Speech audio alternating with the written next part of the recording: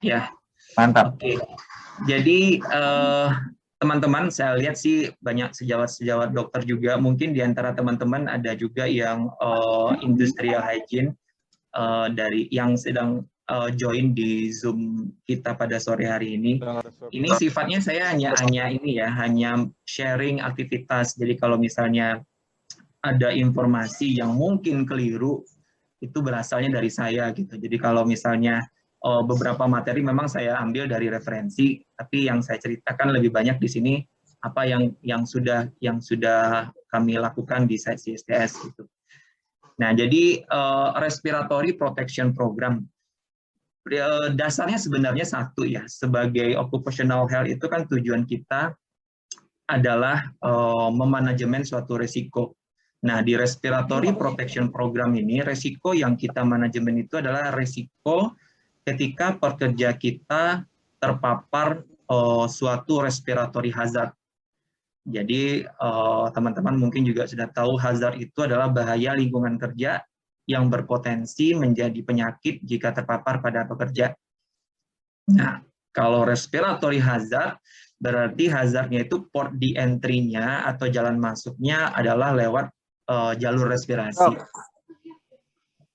Nah, saya iseng kemarin sempat nyari di suatu artikel tentang penyakit akibat kerja, 10 penyakit akibat kerja yang mematikan.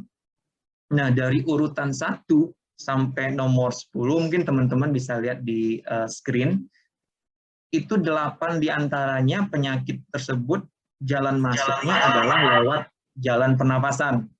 Yang paling terkenal mungkin teman-teman pernah mendengar yang namanya silikosis. Jadi silikosis itu penyakit paru akibat debu, di mana debunya itu asalnya dari silika ya, kristalin silika. Nah, itu biasanya terdapat pada pecahan batu, pada semen, yang biasanya terdapat di situ. Nah, kalau untuk site kami yang di CSTS itu cukup masif, bisa dibilang cukup masif respiratory hazardnya dan cukup bervariasi.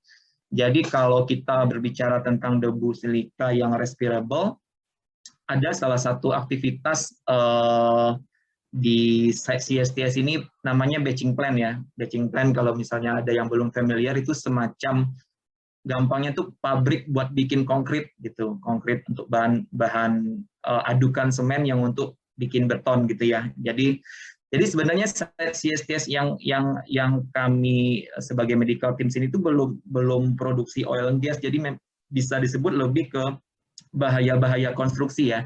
Jadi site CSTS yang Project Trend 3 yang sekarang saya bertugas ini itu lebih ke konstruksi sebenarnya, bukan hazard oil and gas. Nah, salah satunya itu aktivitas produksi konkrit. Jadi dalam alur kerja produksi konkrit itu ada suatu proses kerja di mana pekerja itu ada yang tugasnya buat nyobek-nyobekin karung semen. Jadi karung semen yang beratnya berkuintal-kuintal itu disobekin terus buat dibikin campuran ya, adukan konkrit. Nah, ketika proses itu terjadi, itu kalau dilihat secara kasat mata itu debu-debu semen yang berterbangan itu bisa sampai kayak seperti awan gitu, saking tebalnya. Jadi secara kasat mata saja kita sudah bisa mengidentifikasi kalau memang debu semen di area kerja seperti itu cukup masif ya. Terus yang juga banyak pada fase konstruksi sekarang adalah aktivitas pengelasan. Nah, pengelasan, jadi pengelasan teman-teman tahu hazardnya salah satunya adalah uap las. Jadi pengelasan itu kan sebenarnya prinsipnya memanaskan logam dengan suhu yang sangat tinggi sehingga logam itu kemudian berubah menjadi uap. Uap itu kemudian berkondensasi. Nah, kondensasinya itulah yang mengandung partikel tergantung dari material apa yang lagi dilas gitu. Nah, sebagian besar kan ada yang mengandung krom, ada yang mengandung nikel, pokoknya ada yang mengandung mangan, ferum. Nah, logam-logam berat lah yang berubah wujud menjadi partikel fumes gitu. Nah, itu yang kalau terhirup yang kemudian bisa menyebabkan penyakit. Nah, kalau untuk penyakit-penyakitnya sendiri mungkin saya nggak detail di sini ya. Kalau penyakit logam berat itu variasinya bisa sangat banyak sekali. Ada yang bisa menyebabkan liver cancer, ada yang bisa menyebabkan gangguan saraf, ada yang bisa menyebabkan kerusakan ginjal. Jadi tergantung jenis logam beratnya, ada yang menyebabkan kerusakan sel-sel darah juga ada. Terus kegiatan di proyek ini yang juga banyak respiratory hazard-nya dari painting, pengecatan. Nah, kalau pengecatan itu beda lagi jenis hazardnya. Jadi kalau teman-teman tahu cat, pernah mencium aroma cat, nah itulah yang bahaya sebenarnya ya. Jadi ada kandungan pelarut organik gitu yang terkandung di dalam cat. Jadi pelarut organik itu kalau kita dalam istilahnya OHIH itu kita sebut VOC ya, volatile organic compound gitu. Jadi pelarut yang volatile yang bisa menguap.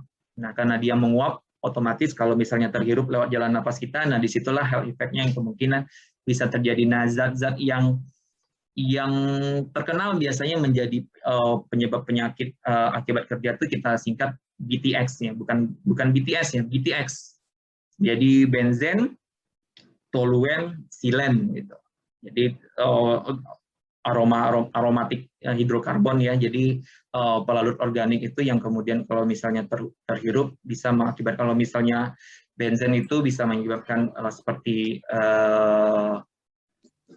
kanker darah ya, leukemia, silen itu bisa menyebabkan buta warna, ya gangguan saraf pada optik kita, dan macam-macam penyakitnya sebenarnya yang bisa diakibatkan. Jadi intinya adalah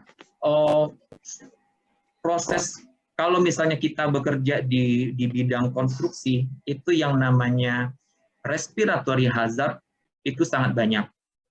Artinya pekerja kita itu perlu dilindungi. Kalau tidak dilindungi, ya efek yang namanya efek penyakit akibat kerja yang disebabkan oleh respiratory hazard itu efeknya kan tidak terjadi sehari, 2 hari, sebulan, 2 bulan, setahun, 2 tahun, tapi efeknya biasanya dia terjadi di bertahun-tahun yang akan datang. Nah, itu yang perlu kita cegah. Makanya namanya adalah respiratory protection program.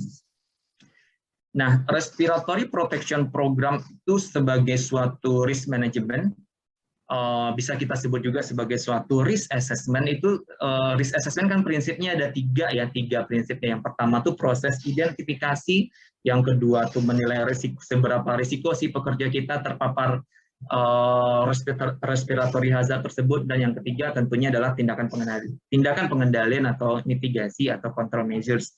Nah, jadi tiga tahap utama dalam suatu manajemen risiko itu tetap kita lakukan dalam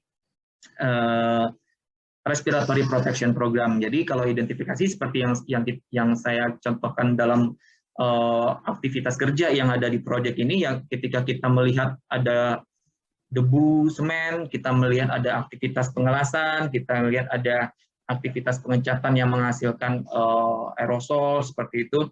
Nah, itu artinya kita sudah mengidentifikasi ada nih bahaya-bahaya yang jalan masuknya adalah lewat jalur pernapasan. Oh iya, jangan lupa juga situasi sekarang ya, teman-teman tenaga kesehatan yang diwajibkan memakai PPE level 3 misalnya, memakai N95. Nah, N95 itu sebenarnya adalah suatu masker respirator ya. Artinya ada respiratory hazard juga yang memapar kita sebagai tenaga kesehatan, yaitu aerosol, bentuknya sebenarnya aerosol yang menjadi media pembawa virus corona dalam hal ini ketika kita bekerja sehari-hari menghandle pasien dengan PPE level 3. Nah, itu proses identifikasi berarti sudah berjalan. Nah, setelah identifikasi kita perlu mengukur. Nah, ini ada beberapa contoh hasil pengukuran yang pernah dilakukan. Nah, teman-teman bisa lihat ya, angka-angka yang merah itu nilai ambang batasnya berapa, terus hasilnya berapa. Nah, kalau ambang batasnya 3, ternyata yang terukur itu mencapai 8,97, nah artinya 3 kali lipat dari ambang batasnya. Artinya apa? Artinya di lingkungan yang banyak debu tadi itu kandungan debu silikanya itu terlalu tinggi, atau di sini respirable dust. Respirable dust artinya debu-debu yang bisa terhirup yang mencapai saluran pernapasan bagian bawah gitu. Nah, itu artinya tinggi. Nah, kalau misalnya kita mendapatkan hasil pengukuran seperti ini, biasanya kita harus nanti mungkin akan ada di bagian tindakan pengendalian ya. Ini ada sesuatu yang perlu diperbaiki sekali dari segi engineering ya. Jadi kalau misalnya debunya sangat tebal sekali itu kita jangan hanya mengandalkan yang namanya PPE, jangan hanya mengandalkan APD atau respirator. Jadi harus ada sesuatu yang perlu diperbaiki supaya proses kerja itu tidak menghasilkan debu sampai setinggi ini gitu. Terus pernah juga kita mengukur aktivitas apa ini ya? Ini aktivitas pengecatan kalau nggak salah ya. Yang diukur itu yang BTX yang saya sebutkan tadi ada benzin, silen atau toluen ya, toluen.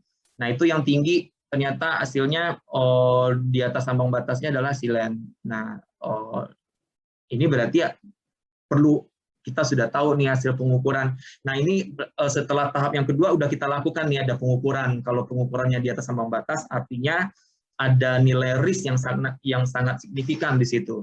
Kalau risknya high risk atau signifikan artinya tugasnya kita berarti ya yang untuk melakukan tindakan pengendalian. Nah kita sampai pada tahap yang ketiga untuk kalau misalnya kita sudah menilai ternyata pekerja kita tuh berisiko sangat tinggi loh untuk menjadi sakit akibat paparan respiratory hazard. Nah, kita lakukan tindakan pengendalian nih teman-teman yang sudah familiar dengan hierarki tindakan pengendalian tentunya sudah tahu yang dengan istilah engineering control, administrative control, sama PPE yang terakhirnya. Nah, sebenarnya untuk respiratory protection program ini sendiri itu lebih banyak kalau di proyeknya CSDS ini tuh lebih banyak dihandle sama timnya industrial hygienist sebenarnya. Jadi timnya IH ya. Jadi teman-teman yang join di sini mungkin ada yang yang berprofesi sebagai industrial hygienist pasti jauh lebih paham dari saya mengenai ini. Jadi sebenarnya sedikit perbedaan IH dan OH itu ketika tindakan pengendalian atau pengontrolan itu pendekatannya ke lingkungan kerja, pendekatannya ke cara kerja, pendekatannya ke mesin, nah itu lebih ke IH sebenarnya. Tapi kalau pendekatannya ke manusia, pendekatannya lebih ke pekerja, nah itu jatahnya OH. Biasanya kita bagi-bagi couplingnya antara IH sama OH seperti itu. Nah makanya kalau kita lihat dari tindakan pengendalian yang ada di sini itu lebih banyak teritorinya IH sebenarnya, tapi nggak apa-apa. Saya akan cerita sedikit apa yang kita lakukan di sini. Nah, ini respiratory protection program kalau didetailkan ya, terdiri dari ini ya, tapi sebenarnya nggak harus seperti ini juga. Prinsipnya itu tadi sebenarnya bagaimana kita bisa mengidentifikasi, bagaimana kita bisa melakukan evaluasi risiko, pengukuran, terus bagaimana kita bisa menyarankan melakukan suatu mitigasi atau tindakan pengendalian. Setelah ada tindakan pengendalian, bagaimana risk after mitigation-nya perlu kita reassessment lagi. Nah, itu prinsipnya sebenarnya. Jadi tahap nomor 1 sampai tahap nomor 10 itu adalah tahap risk assessment yang 3 prinsip tadi itu, identifikasi, mengukur, dan tindakan pengendalian. Respirator. Pertama itu pemilihan respirator. Nah, tentunya jenis respirator harus disesuaikan dengan jenis hazard. Jadi tidak hazardnya beda-beda ya. Ini lagi-lagi sebenarnya ini memang ilmu IH yang lebih dalam ya, tapi bisa saya ceritakan. Misalnya fume ya, seperti yang saya jelaskan tadi namanya fume, debu,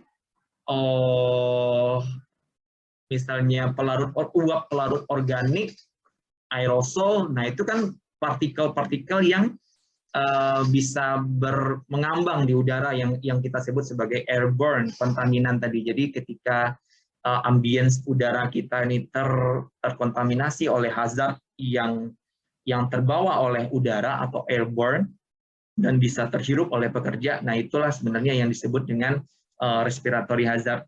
Nah, misalnya saya kasih contoh yang implementasi di proyek sini pada pekerja cement filling tadi, pengisian semen ya, di mana kadar debu semennya tinggi. Nah, kita menggunakan yang namanya masker respirator P100. Jadi P100 itu bentuknya agak-agak mirip dengan bentuk N95, tapi kemampuannya dalam memfiltrasi debu itu lebih tinggi ya. Jadi angka di belakang serial masker itu kan menunjukkan itu ya. Jadi artinya dia bisa menyaring 100% partikel debu yang kurang dari yang lebih besar dari 0,3 mikron gitu ininya, definisinya maskernya. Atau misalnya ada yang bekerja di sebagai welder pengelasan, itu beda lagi. Mudah-mudahan nanti ada jenis ininya sih, jenis bentuk maskernya bisa kita lihat berbeda lagi. Jadi biasanya respirator yang bentuknya seperti moncong itu ya, yang ada filternya, ada cartridge-nya. Jadi filter yang bisa menyaring fumes dengan filter yang bisa menyaring uap pelarut organik tentunya berbeda. Nah, itulah yang membedakan hazardnya apa, respiratornya apa. Termasuk N95 yang teman-teman mungkin pakai dalam sehari-hari. Nah, itu lebih spesifik, bisa partikulat ya sebenarnya ya. Partikulat itu bisa debu, bisa juga aerosol tadi yang saya sebutkan, aerosol yang menjadi media pembawa virus corona. Nah, ini contohnya ya, matriks yang ada di yang kami pakai di matriks respirator kalau kami sebut. Jadi jenis-jenis respirator yang kita pakai sesuai dengan hazardnya. Jadi bisa dilihat ini N95 itu dipakai misalnya untuk aktivitas konstruksi yang umum, untuk penanganan fiber itu bisa dari aktivitas-aktivitas rock wool ya istilahnya ya. Jadi kalau misalnya bahan-bahan yang kita pakai untuk membangun dinding atau camp gitu biasanya ada bahannya yang menghasilkan fiber seperti itu. Nah, dilihat ini N95 welding. Jadi kalau teman-teman perhatikan N95 welding itu di depannya ada seperti tambahannya ya. Inilah yang berfungsi sebenarnya untuk menangkap logam dari fume tadi itu, yang menangkap partikel logam dari fume. Nah, ini yang P100 yang dipakai untuk pekerja kami yang debu semen.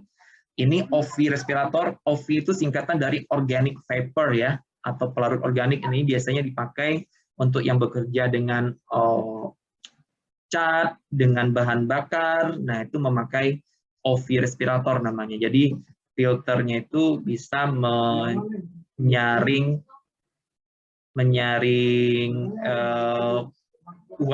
uap dari pelarut organik.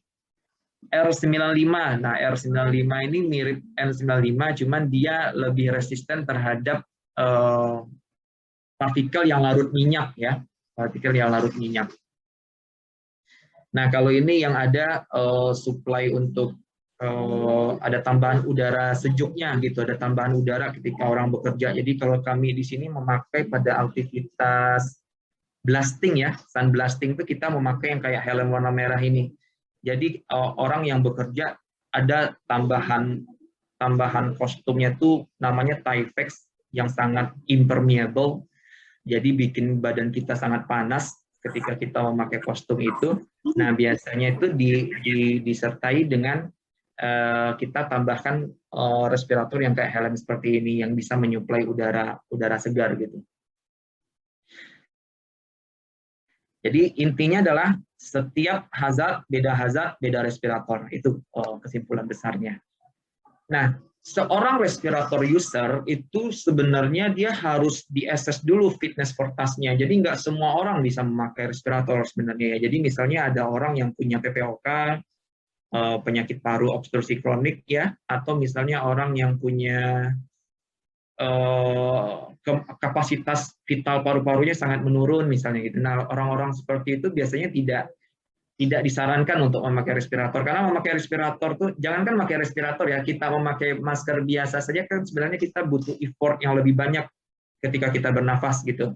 Walaupun kita sehat, nah, membuat kita lebih cepat lelah. Nah, apalagi kalau yang kita pakai itu adalah suatu respirator gitu. Tentunya ketika orang-orang yang punya gangguan paru-paru, nah kita perlu evaluasi yang lebih jauh. Nah, untungnya kalau di proyeknya kami, semua orang itu sudah dilakukan evaluasi fitness for task. Jadi diasumsikan sebenarnya fungsi paru-paru pekerja, walaupun dia bukan respirator user pun dalam kondisi yang yang sehat lah untuk bekerja di bidang konstruksi. Nah, setelah memilih respirator, menilai aspek medis dari pekerjanya, nah kita harus menilai kemampuan bekerja itu dalam melaksanakan tugasnya. Jadi misalnya si pekerja itu dalam bekerja harus bekerja di ketinggian juga, dia memakai masker itu harus masuk ke dalam pipa-pipa, misalnya harus masuk ke dalam tangki atau confined space. Nah, hal-hal seperti itu memang harus kita perhatikan ketika dia bekerja. Dia harus memakai apron yang bikin beban heat stress-nya bertambah tinggi. Nah, jadi kita memang harus selain menilai respiratornya, kita tetap harus proses bekerja itu secara utuh. Nah, ini sama ya. Ini sebenarnya sudah kalau di kami yang ada di project Tren 3, ini sebenarnya sudah tersaring ya lewat proses fitness for task. Jadi orang-orang yang bisa menghalangi dia secara medikal untuk menggunakan respirator, nah itu tidak disarankan untuk memakai respirator. Jadi ini misalnya kayak penyakit kulit, tapi penyakit kulitnya di wajah gitu, nah tentunya akan mengganggu dia memakai respirator. Terus orang yang kapasitas jantung dan parunya rendah, tentu tidak hanya untuk memakai respirator ya, mungkin untuk naik ketinggian, masuk confined space dia juga udah nggak bisa gitu. Terus penyakit respiratori tadi sudah saya sebutkan contohnya. Nah, penyakit-penyakit yang berhubungan dengan mental disorder kayak kecemasan, orang-orang yang sangat takut dengan ruangan yang sempit, nah itu tentunya tidak disarankan ya untuk memakai respirator, karena ketika kita memakai respirator itu kan ada sensasi seperti dibekap, seperti kan memang memakainya harus ketat ya, jadi kayak sedang terperangkap gitu istilahnya. Tentunya kalau orang yang punya klaustrofobia itu tidak disarankan. Ya, ini hampir sama ya. Nah, jadi intinya adalah sebelum kita menilai seorang respirator user itu fit atau tidak bekerja dengan menggunakan respirator, semua aspek medis ini memang harus dinilai oleh seorang dokter okupasi gitu. Nah, ini sekali lagi tadi seperti yang saya sebutkan, proses ini berjalannya oleh proses fitness for task gitu, tapi saya nggak terlalu dalam di situ. Intinya kita perlu mengidentifikasi hal-hal bahaya apa yang memungkinkan dia bisa justru dengan memakai respirator itu menyebabkan kondisi medis dia misalnya tambah parah gitu. Nah, itu yang perlu kita cari tahu ya. Nah, fit test. Jadi kalau kita baca di literatur itu ada yang istilahnya respirator fit test, ada yang face fit test, macam-macam istilahnya kalau kita lihat. Intinya adalah fit testing itu kita menguji fitness, kecocokan antara apa? Antara respirator dengan anatomi wajah dari pekerja. Nah, jadi respirator itu kalau diproduksi di pabrik itu kan bentuknya sama, ukurannya mungkin hampir sama. Nah, yang berbeda itu kan anatomi wajahnya pekerja ya. Jadi ada yang wajahnya kotak, ada yang wajahnya bulat, ada yang wajahnya tirus, ada yang tulang maksila atau tulang pipinya menonjol, ada yang hidungnya mancung, ada yang hidungnya setengah mancung. Nah, hal seperti itu harus kita pastikan respirator yang dipakai oleh si pekerja itu benar-benar melindungi dia. Tujuannya sebenarnya benar-benar melindungi dia dari paparan respiratory hazard. Jadi kalau itu nggak fit, percuma dia pakai respirator. Udah pakai respirator itu melelahkan, ternyata perlindungannya nggak optimal, itu kan sangat disayangkan. Jadi fit testing itu tujuannya adalah untuk memastikan respirator yang dipakai oleh respirator user atau pekerja benar-benar melindungi dia dari respiratory hazard lewat kecocokan antara sungkup dengan anatomi wajah.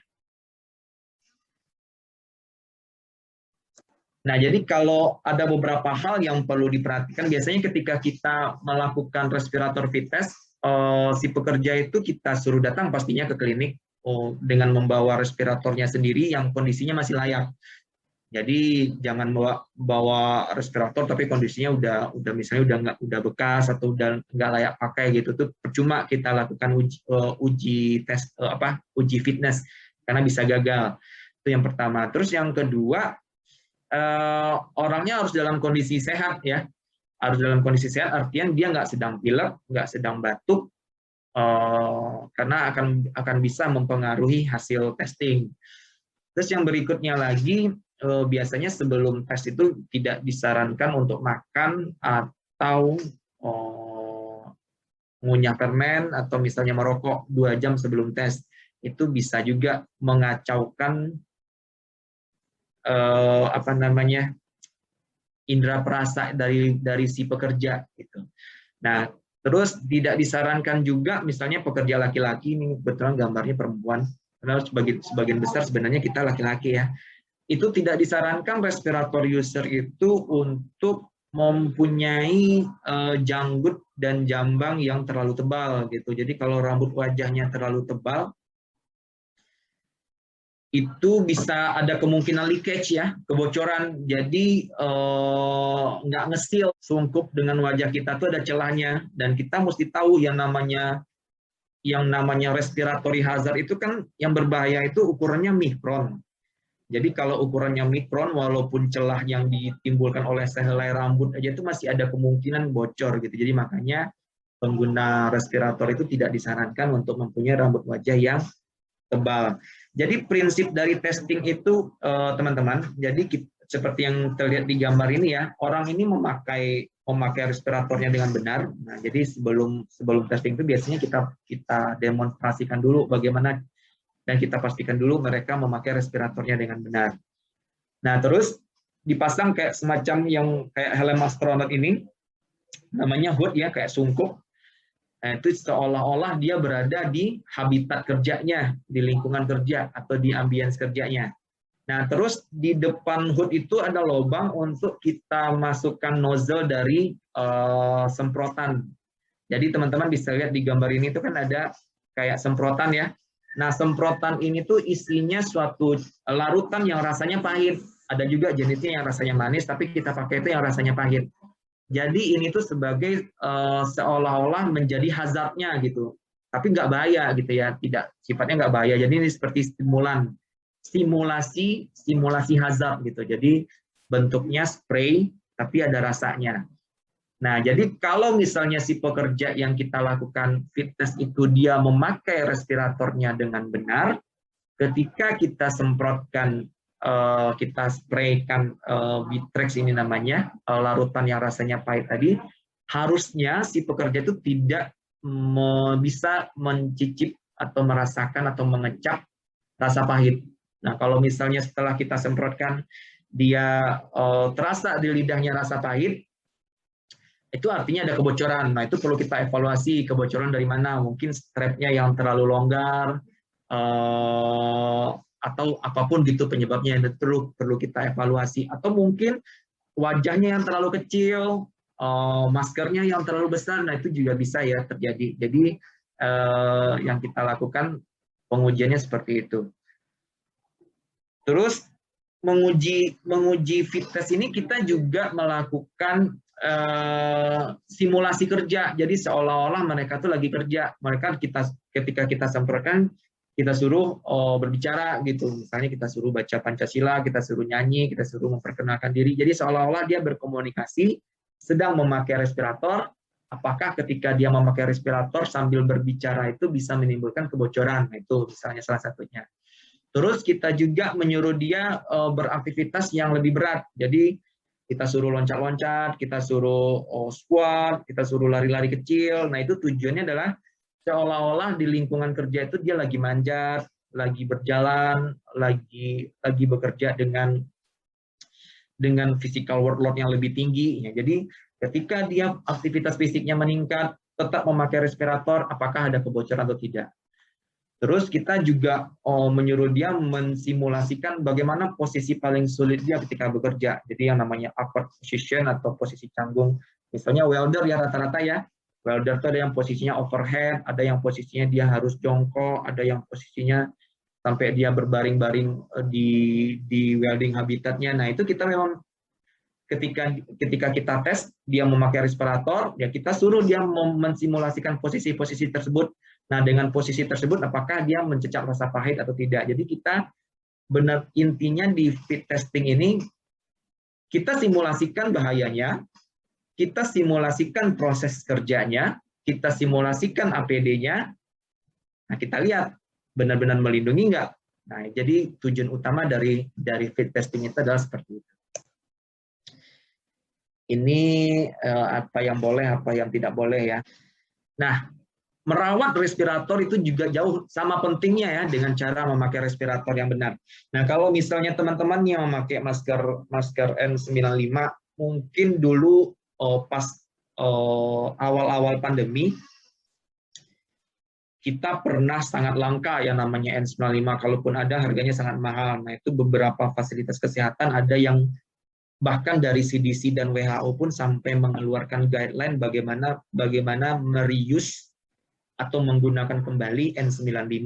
Nah, itu ada bagaimana cara mensterilkannya, terus bagaimana cara menyimpannya. Nah, itu contohnya ya, bahwa respirator itu saking pentingnya. Kalau misalnya dia tidak pakai itu dia tertular, kalau misalnya dia dipakai dengan cara yang benar stoknya habis. Nah, kalau pada kondisi seperti itu bisa terjadi. Tapi kalau untuk sekarang guideline reuse N95 itu sudah ditarik ya maksudnya sudah tidak valid ya kalau untuk sekarang, karena sekarang diasumsikan stok tidak ada shortage ya, tidak ada kelangkaan untuk N95. Nah, itu contohnya. Terus misalnya respirator-respirator yang dipakai oleh pekerja-pekerja, misalnya yang ada yang welder tadi, ada yang OV respirator. Nah, bagaimana cara menyimpannya prinsipnya? Jadi prinsipnya itu adalah disimpan di wadah yang tertutup ketika tidak dipakai. Jadi ketika tidak dipakai, yang namanya respirator itu tidak boleh digantungkan begitu saja tidak boleh digantungkan begitu saja di udara yang terbuka gitu ya. Karena filternya respirator itu dipakai atau tidak dipakai, ketika ada udara yang lewat di situ, dia fungsi filtrasinya tetap jalan. Jadi artinya apa? Jadi kalau misalnya dia tidak ditutup di wadah yang tertutup, filternya atau cartridge itu lebih cepat untuk jenuh gitu. Jenuh sama kotoran yang ada di udara, walaupun kadarnya kecil. Tapi kalau lama-kelamaan penyimpanan tidak benar seperti itu, artinya apa? Artinya umur respirator, umur cartridge kita bisa jauh lebih cepat gitu ya. Jadi misalnya filternya bisa dipakai untuk 2 bulan, tapi gara-gara tidak disimpan dengan baik, mungkin 2 minggu udah bikin sesek, 2 minggu udah kotor, harus diganti yang baru. Nah, itu kan akan berimpact kepada pembiayaan APD ya. Itu contohnya menyimpan yang benar. Nah, kalau untuk membersihkan, sebenarnya setiap respirator itu, respirator yang reusable ya, selain dari N95, pastinya kalau N95 itu harusnya disposable. Kalau respirator yang reusable, harusnya di setiap brosurnya, di setiap leafletnya itu ada cara membersihkannya. Sebenarnya prinsipnya sih boleh dibersihkan dengan air sabun, tapi tidak boleh direndam. Jadi hanya kayak digosok atau dilap pakai air sabun terus langsung dikeringkan. Jadi tidak dalam kondisi direndam, dan tidak disarankan juga membersihkannya dengan alkohol, karena itu akan membuat bahan karet atau silikon dari sungkupnya itu jadi keras ya. Jadi itu bikin sakit di wajah kita. Selain bikin sakit, juga bisa membuat menjadi ketidakcocokan antara respirator dengan wajah. Jadi tidak memakai alkohol, tidak direndam, bisa cukup dibersihkan dengan air sabun dengan handuk bersih seperti itu membersihkan. Nah, untuk berapa lama kita bisa memakai respirator, berapa lama cartridge itu perlu diganti, nah itu sebenarnya di masing-masing brosur pun sudah ada guideline-nya. Bahkan di jenis respirator yang bagus ada indikator warnanya. Jadi kalau ada warnanya sudah berubah, itu artinya sudah waktunya cartridge-nya diganti. Jadi ada sampai respirator yang jenisnya seperti itu. Nah, kalau misalnya tidak ada yang seperti itu, ya kita ikut sebenarnya dari ininya aja, dari manual guide-nya. Training. Ini langsung saya kasih di sini. Nah, ini beberapa poster yang pernah kami bikin ya untuk level pekerja kita. Jadi pekerja itu sebenarnya penting untuk dikasih tahu bagaimana cara memakai respirator itu yang. Jadi ini ada 2 contoh respirator yang paling sering digunakan di lingkungan kerja kami. Di sini ada contoh untuk yang jenis N95. Untuk jenis N95 ini kan hampir sama sebenarnya bentuknya dengan yang welding, cuma bedanya kalau yang welding ada itunya ya, ada cartridge di depannya. Ini kebetulan saya ada contohnya.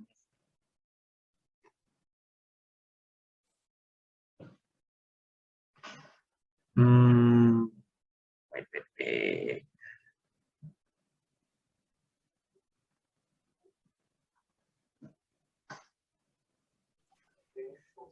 Oke, videonya nggak ke view ya. Tapi ini kelihatan saya lagi megang masker kan ya, Mas Yudi ya?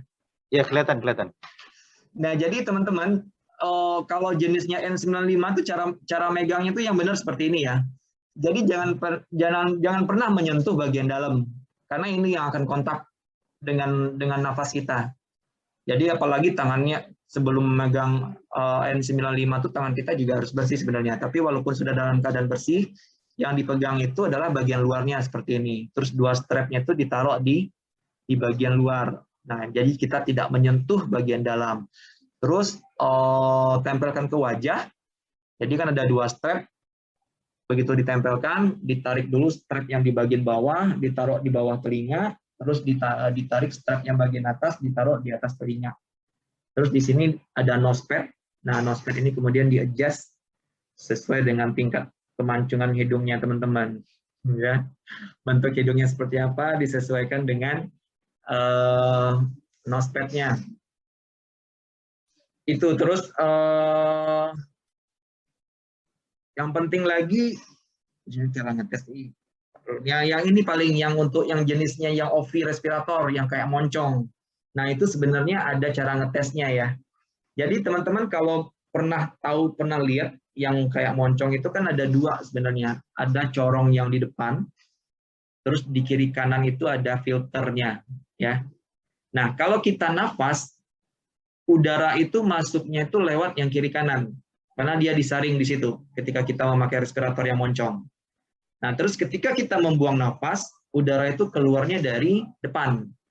Jadi udara masuk lewat kiri kanan, kita bernafas, keluar lagi lewat depan. Nah, kita perlu memahami prinsip itu untuk apa? Untuk melakukan pengecekan tingkat ketertutupan dari sungkup itu. Jadi kalau misalnya kita mau menguji, kalau misalnya yang kita tutup itu adalah bagian kiri dan kanan, artinya kita sedang menutup jalan masuknya udara. Kalau kita menutup jalan masuknya udara, ya coba kita tarik nafas. Harusnya ketika kita sudah menutup bagian kiri kanan, kita tarik nafas, itu kita tidak bisa bernafas dengan lega. Kalau misalnya kita nafasnya seperti biasa saja, itu artinya udaranya masuk lewat jalur yang lain, lewat celah-celah yang lain. Itu cara ngetesnya. Atau misalnya yang kita tutup itu bagian depan. Bagian depan itu adalah tempat keluarnya udara. Jadi ketika kita tutup bagian depan, kita coba tiup, kita coba hembuskan nafas. Harusnya kalau kita lagi pakai goggles itu nggak ada embunnya, tidak berembun gitu. Tapi kalau misalnya kita udah pakai respirator, kita coba tutup bagian depan, kita tiupkan nafas kita, ternyata ada kacamata goggles kita berembun, terus kita bisa meniup itu dengan biasa gitu. Nah, itu artinya ada leakage di situ. Nah, itu cara ngetes penggunaan respirator yang bentuknya seperti moncong. Nah, ini seperti standar ya, suatu program itu harus ada evaluasi dan pencatatannya. Nah, ini contohnya yang sudah kita lakukan. Ini perlu ya, setiap yang kita kerjakan pastinya perlu kita catat ya. Jadi untuk sebagai bukti kalau pekerja-pekerja itu sudah kita lakukan respirator fit test. Mantap. Oke. Masih ada yang mau disampaikan? Itu udah close dok ya? Share-nya boleh di-close. Oke. Oke, buat rekan-rekan semua, kita sudah mencapai 100 orang dan masih antri beberapa orang yang nggak bisa masuk di Zoom ini. Luar biasa nih, Dokter Ade, penggemarnya banyak nih kayaknya nih. Wow, keren. Kayaknya memang flyernya memberi impact yang luar biasa sepertinya. Oke, terima kasih Dokter Ade. Nah, mungkin saya mau mancing buat rekan-rekan. Dok, program ini kan luar biasa bagus ya dari sisi program dan jika dilakukan bisa mensupport saya. Nah, pertanyaan saya sederhana Dok, bagaimana dokter mengencourage nih kalau mungkin di rekan-rekan di sini yang tidak punya program, tapi ingin membuat sesuatu yang mungkin diarahkan ke RPP ini Dok. Apa sih sebenarnya yang bisa dilakukan dengan equipment yang mungkin tidak sebanyak yang ada di set-set besar, BBC, kemudian BP, CSTS, atau set-set besar lain. Hanya mereka mungkin bekerja dalam di beberapa orang, dan tapi mereka tahu tapi ingin dipraktekkan. Nah, langkah sederhana yang mungkin bisa dilakukan apa ya Dok ya? Oke, makasih Mas Yudi. Ini kenapa program kami ini bisa sangat terintegrasi dan sangat advance dan sangat lengkap, itu sebenarnya karena memang dukungan dari manajemen juga. Jadi kalau di proyeknya kami itu bahkan seorang respirator user itu nggak boleh kerja sebelum di fit test. Jadi ketika dia, dan itu bunyi prosedur gitu loh, kayak semacam permit to work-nya. Jadi seorang respirator user, kalau training pasportnya belum ada tanda tangan dari kami yang melakukan fit test, dia nggak boleh melakukan pekerjaannya akan dihentikan. Nah itu kan contoh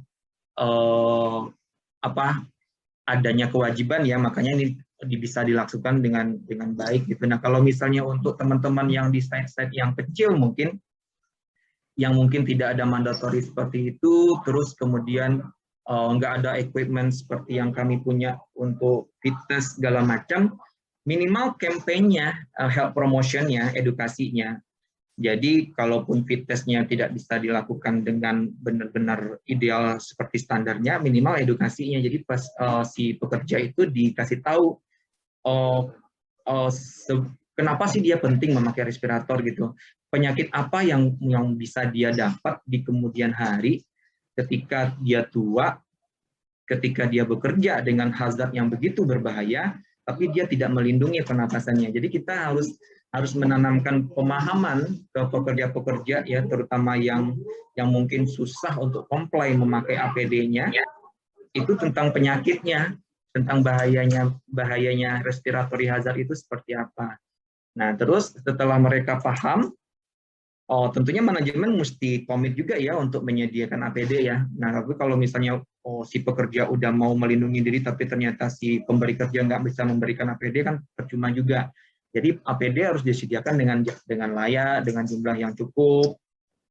Nah, kita edukasi lagi bagaimana cara memakai yang benar. Jadi hal-hal yang simpel yang mereka lakukan, begini loh cara memakai respirator itu yang benar.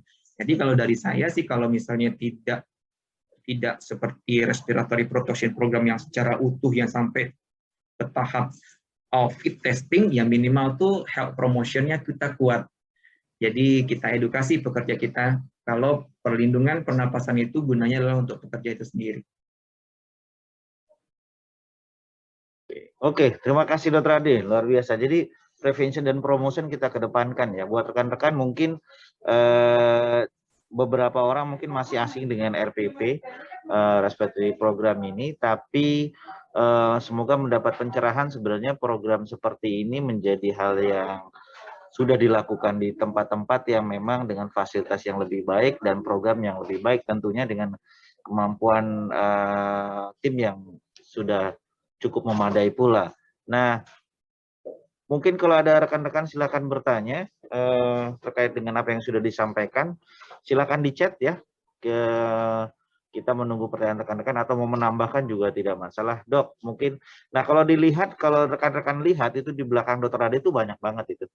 Banyak poster yang mengedukasi ya. Nah, itu kan ada banyak sekali itu. Nah, itu dibuat sendiri pastinya, Dok ya. Nah, saya juga mengencourage buat rekan-rekan di site dimanapun yang berada di site Medica Plaza, sebenarnya membuat poster atau hal-hal yang edukatif dan sifatnya prevention itu mudah dilakukan dengan PowerPoint, dengan apapun, dan nggak usah bingung dan nggak usah copy paste selalu dengan program di tempat lain. Nah, dengan ambil gambar di tempat sendiri dan ditempel, diberikan selama itu tidak menyangkut sensitivitas perusahaan, saya yakin itu bisa ditampilkan. Karena itu sudah mengedepankan seperti tadi Dokter Ade katakan, prevention dan promotion. Nah, ini bisa menjadi ranah juga keaktifan rekan-rekan untuk bisa masuk ke wilayah-wilayah yang mungkin sebenarnya menarik, hanya tidak jarang dilakukan. Nah, mungkin rekan-rekan ini juga menjadi contoh yang baik.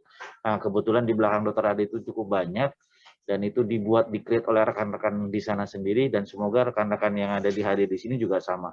Ini rekan-rekan di Tangguh banyak sekali nih, pasukan LNG Tangguh nih lumayan banyak nih sepertinya, dan Bapak Ibu dokter juga banyak di sini. Boleh yuk open mic kalau misalnya ada yang mau nambahkan atau ada yang mau memberikan insight terkait dengan topik kali ini. Jadi silahkan, saya tunggu 2 hari.